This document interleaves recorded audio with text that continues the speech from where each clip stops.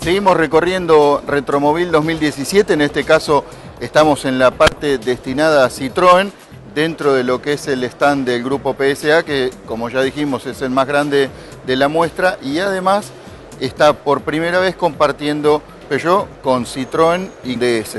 En este caso nos encontramos en la parte de Citroën, como bien ya dije, y lo interesante de este stand es que las tres marcas han citado a los diversos clubes de cada una de ellas. Por ejemplo, está el club de C4 y C6, el club del 12B, el club de CX, club de Meari. Cada uno ha traído un ejemplar interesantísimo de lo que coleccionan. Son clubes que no solamente trabajan y tienen socios en Francia, sino que, bueno, como la mayoría, tienen socios europeos. Así que bueno, vamos a recorrerlos para mostrarles un poquito lo que tienen, exótico y muy interesante.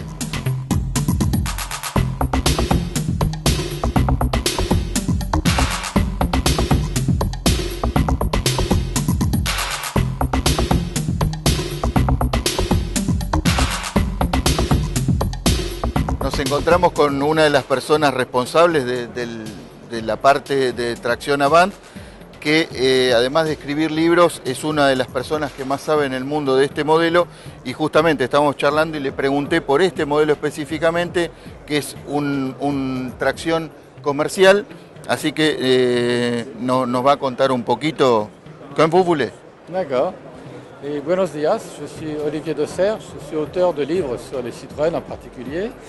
J'ai beaucoup travaillé sur les tractions avant et sur les DS.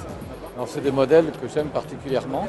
La traction avant, c'est une voiture qui est parmi les plus collectionnées dans le monde aujourd'hui, parce qu'elle a une aura, une capital de sympathie très fort.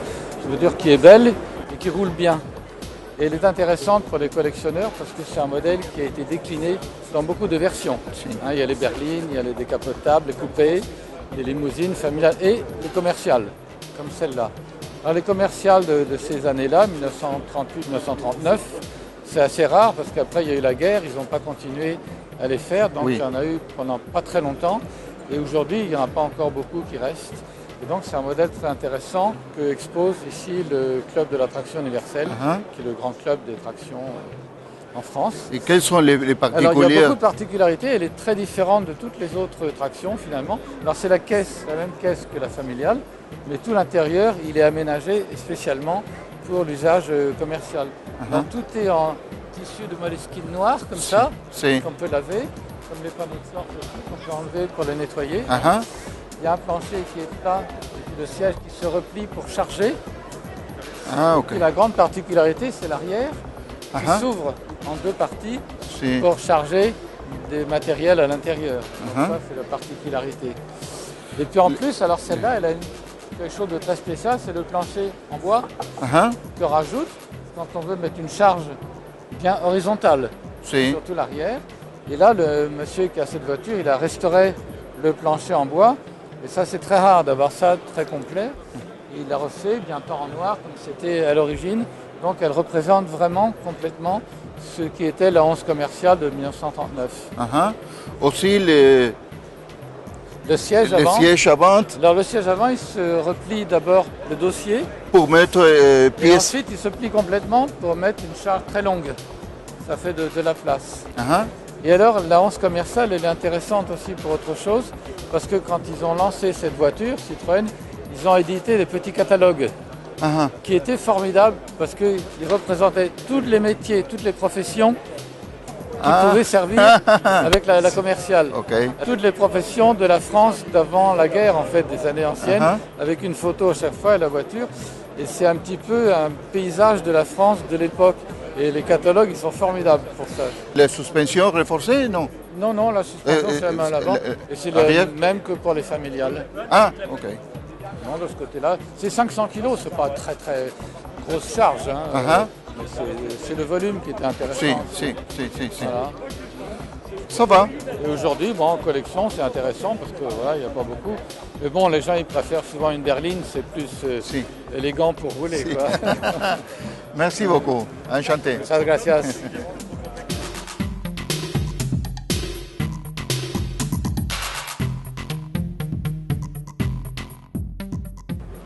Alors c'est un véhicule utilitaire qui a été fabriqué chez Chausson au niveau de la carrosserie entre 1939 et 1940, enfin 39-41.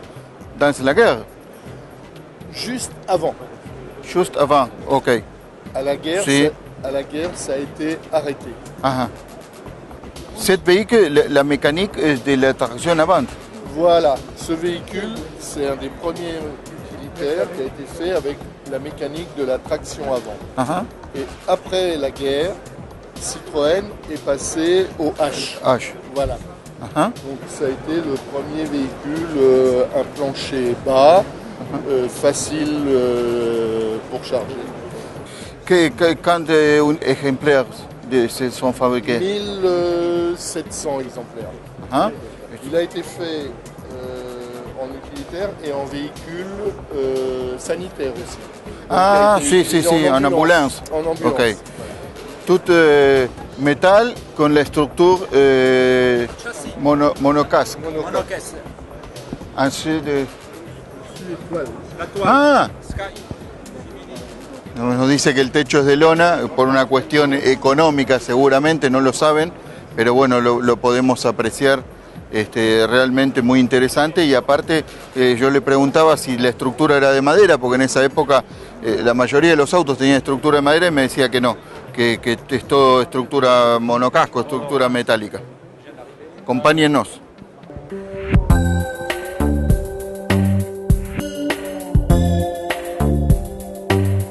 Acá, como nos decían, el auto tiene el techo por una cuestión económica, es de lona.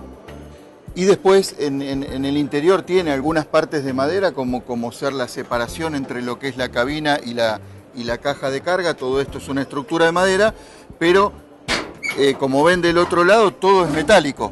Incluso el piso es metálico, todo el piso delantero, los soportes donde van los asientos y toda la estructura. Y esto también es metálico.